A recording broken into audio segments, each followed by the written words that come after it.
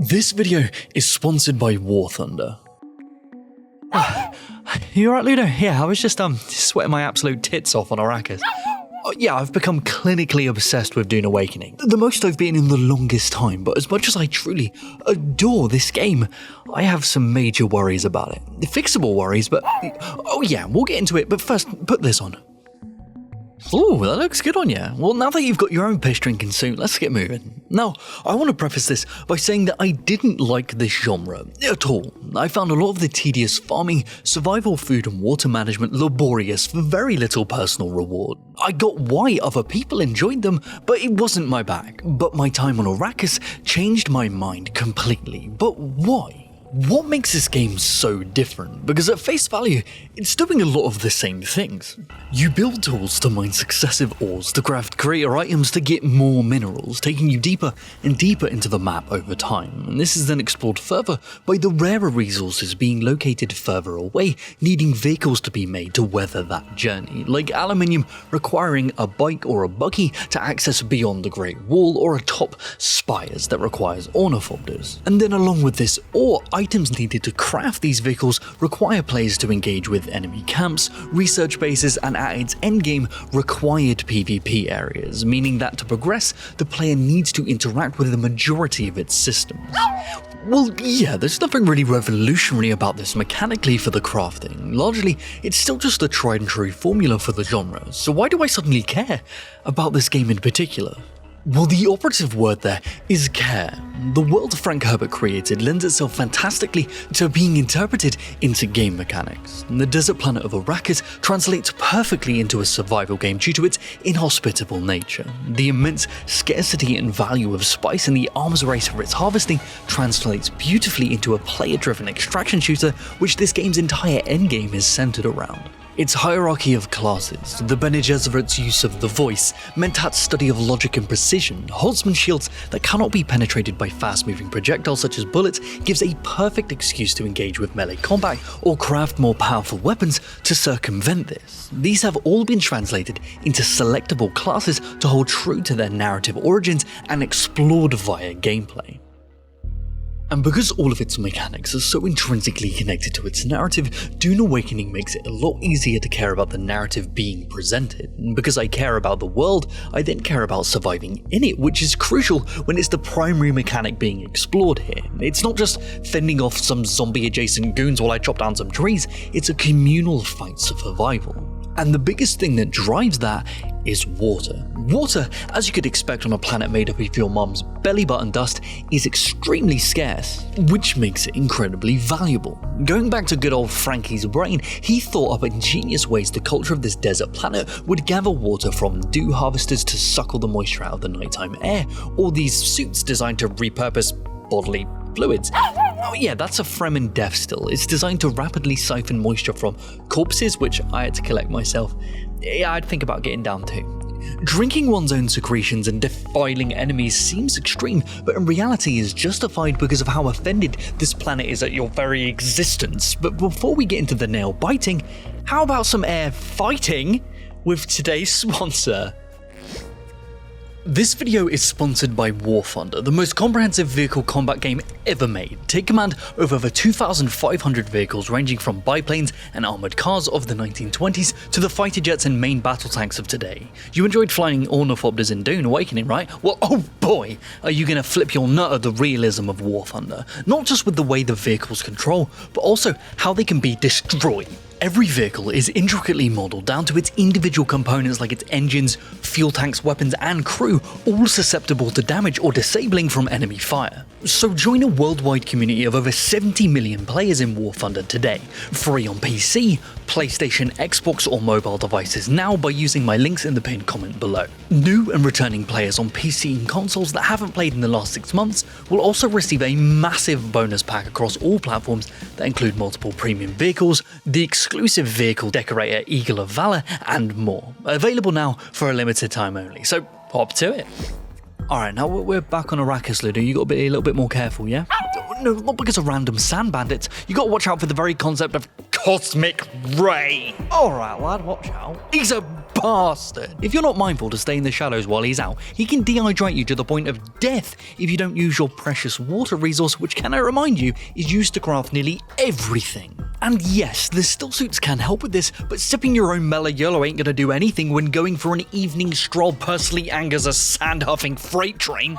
Now, I don't think I need to explain the worms. They're probably the most famous part of Dune's world, but the basics are that these omnipresent threats are drawn to anything that produces rhythm. The hum of your shields, the ticking of your engines, or even your steps on the dunes themselves. If they catch you, they kill you instantly and permanently delete anything you had on your person. Because of this, their threat is enormous early on in the game. It dips a little bit in the mid game and then skyrockets again in the end game, but we'll touch on that later.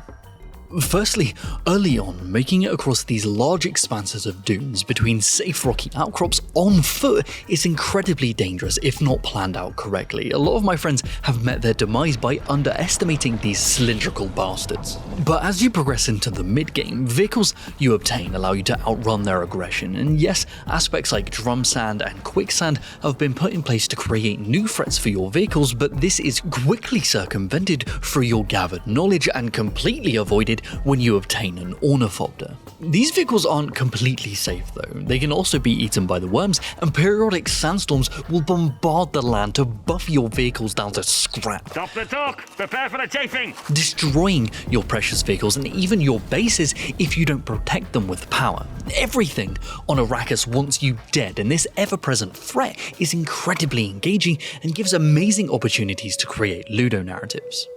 Ludo narrative is the story you create for yourself through playing. For a personal example, I travelled a vast distance and spent the best part of an hour in my buggy attempting to farm enough aluminium to craft my first ornithopter, which is a huge step in this game's cycle. Full to the brim, I began my lengthy journey home, but as I entered my vehicle, a sandstorm warning came out of nowhere. A single minute left before disaster struck and a 10-minute journey ahead of me. I had zero building resources on me and frantically looked for alternate shelter and could find none, so I just crammed my buggy against the cliff edge opposite the flow of the storm itself in a vain bid that would protect me, and luckily it did. But the thought of my 20-odd hours of gameplay to simply farm the materials for my buggy, let alone all the resources that were inside it, being buffeted into oblivion, I honestly don't think I've ever felt my chocolate starfish tighten so much in my many years of doing this. And this entire experience turned me into a bit of an old man. For context,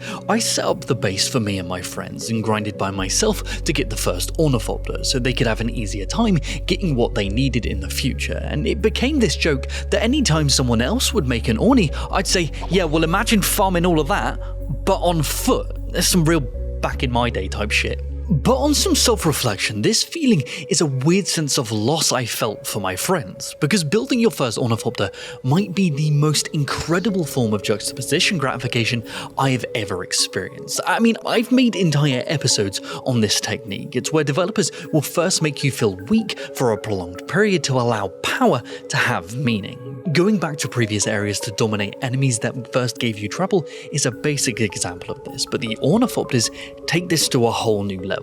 You start by farming basic materials, struggling to cross simple gaps into this slow power creep and damage, but also in your ability to farm and traverse. This journey takes you across vast oceans of sand, on top of mountains, into deep trenches as you struggle to survive, and after around 20 to 30 hours of play, you finally manufacture and piece together the parts to claim the skies. I honestly have never felt something so liberating in a game, and this opens up a whole new aspect of the game, which is the deep desert, and this is where my worries begin. Now, I need to explain that through the natural progression of gaining increasingly complex resources, the pinnacle of this tree can currently only be found inside the deep desert, which is a large expanse separate from the core world map of Hagar Basin that is only accessible via ornithopter. The materials needed to forge plastidium are only located here, as well as it being the most efficient place to obtain large quantities of spice, the most valuable resource in the game, which is used in all endgame crafting that requires players to go on foot or helicarry large vulnerable sandcrawlers into this vast desert, making them easy pickings for sandworms, but also other players. Because the unique thing about the deepest parts of the deep desert where these materials and spice are most prevalent is that PvP is permanently turned on, effectively turning its endgame into an extraction shooter where guilds of players duke it out on the dunes for land claim and resources, using guerrilla tactics to get the upper hand, which is exactly in line with Frank Herbert's writings. But just bear in mind that if you're mindlessly farming resources here and someone pops out of the sand and shoots your ornithopter down, that thing is gone forever, meaning you'll have to farm up all of those resources up again to have another chance to enter this arms race for spice. You got anything to say about that, Ludo? Well, you do the ad-libs, you add spice to the conversation. I say something kind of beige, you sprinkle in some cayenne pepper, and I'm like, fucking woof, mate. No? Well, exactly, because it's genius. But this entire endgame could all come crashing down if they don't manage to sort out some of its complexities and instability. Firstly, my issues lie with how you access the deep desert. Because of the scale of this game, to get there, you have to fly to the edge of the core playable map to enter a world map, which will allow you to traverse to a variety of locations like faction bases and the endgame deep desert. But to enter this world map, there seems to be a specific capacity of players they can allow into it at any one time because there is a queue time to get in. Now, this isn't much of a problem until you realise that I've sat in multiple hour queues in an attempt to get into this world map for the first time, and bear in mind that to enter it you need an ornithopter, so that while you're waiting in this queue, the durability of your thopter is depleting along with its fuel. And this is only going to get worse as time goes on. At the time of recording, only 30% of players have even crafted an ornithopter, let alone attempted to access the endgame, so as more players progress deeper into the game, these queue times are just going to get worse. And that ain't the half of it. A friend of mine who ventured into the deep desert before me because he somehow managed to log in at the magic hour was soft-locked into an infinite loading screen and was told by support that his character was effectively lost forever and he needed to make a new one. 60 plus hours of questing, story and farming down the drain. This was so rampant that the server providers themselves were warning players not to access the endgame whatsoever. So not only is there a PvP risk entering the deep desert, there is also a coin flip chance that your entire existence might never come back. This, in combination with the increasing presence of cheaters in this zone, sniping you from areas your draw distances can't even fathom, to entire armies of players bullying smaller groups out of the endgame resources, is increasingly making this area a make or break for most players, which is such a shame because I genuinely think there is a fantastic multiplayer survival RPG here with some really intriguing story that morphs into an intense PvPvE extraction shooter that is incredibly faithful to its source material that a huge portion of its player base might miss out on for fear of what they might lose going into the endgame. This is honestly wild because I think this might be my game of the year if they fix all of these small issues. This is embarrassing. Well, the same day of finishing this episode, the devs dropped a hotfix, fixing the queue times, character leading bugs, and balancing out the PvP aspects of its endgame to be more accessible to new players. Well, fuck me sideways and call me Lisan Al-Gaib. I'm not going to scrap this video. Let's just say it's a positive documentation of the rocky beginnings of Dune Awakening and the honestly hasty response from its clearly dedicated developers. I think this could blossom into an incredible new standard for the genre and continue to grow with future DLCs, but that's only going to happen if people support it. So let's hope these fixes will convince more people to do so.